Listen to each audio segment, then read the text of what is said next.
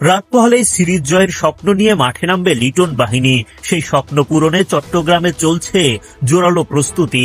এবার ফ্লাডলাইটের আলোতে নয়, খেলা হবে সূর্যের আলোর নিচে। সিরিজ শুরুর আগে আলোচিত শামীম পাটোয়ারি ফিরছেন একাদশে। তাহলে বাদ পড়বেন কে? শক্তিশালী ব্যাটিং বোলিং লাইন আপ নিয়ে মাঠে নামবে বাংলাদেশ। যে কোনো মূল্যে জিততে হবে সিরিজ। লক্ষ্য পূরণে যে 11 টাইগার সদস্য সেরা একাদশের জায়গা পেতে যাচ্ছেন, তাদের নামগুলো দেখে নেওয়া যাক একে একে।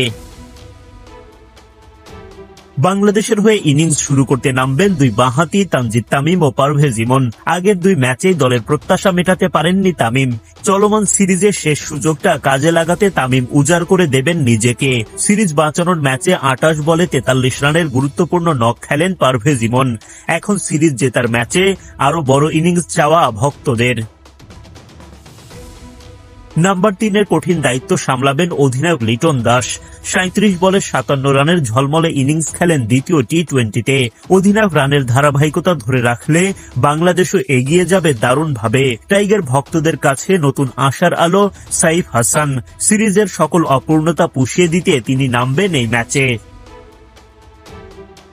মিডল অর্ডারে আস্থার নাম তাওহিদ হৃদয়। দলের কঠিন সময়ে দায়িত্ব পালন করতে হবে তাকে। তার সঙ্গে নতুন করে যুক্ত হবেন শামীম পাটোয়ারি। আগের দুই টি-20-র স্কোয়াডে শামীম না থাকায় আলোচনা সমালোচনা কম হয়নি। অধিনায়ক লিটন দাস এই ফিনিশারকে দলে পাওয়ার ব্যাপারে সরাসরি কথা বলেন। সুযোগ পেয়ে শামীমের পরীক্ষা অধিনায়কের আস্থার যোগ্য মূল্যায়ন করা। দ্বিতীয় টি-20-তে 7 বলে অপরাজিত 17 রানের ধামাকায় দলকে জেতান মোহাম্মদ সাইফ উদ্দিন। সাথে তার বোলিং দক্ষতা তো আছেই। স্পিন অলরাউন্ডার শেখ মেহেদীরও দায়িত্ব থাকবে ব্যাটে বলে দলকে এগিয়ে নিয়ে যাওয়া। তার সঙ্গে লেগ স্পিনার রিশাদ হোসেন কিংবা বাঁহাতি অফ স্পিনার নাসুম আহমেদ থাকবেন। পেস বোলিং ইউনিটকে নেতৃত্ব দেবেন মুস্তাফিজুর রহমান। তার সঙ্গে থাকবেন ডানহাতি তানজিম সাকিব। শক্তিশালী একাদশ নিয়ে আয়ারল্যান্ডের বিপক্ষে মাঠে নামবে বাংলাদেশ।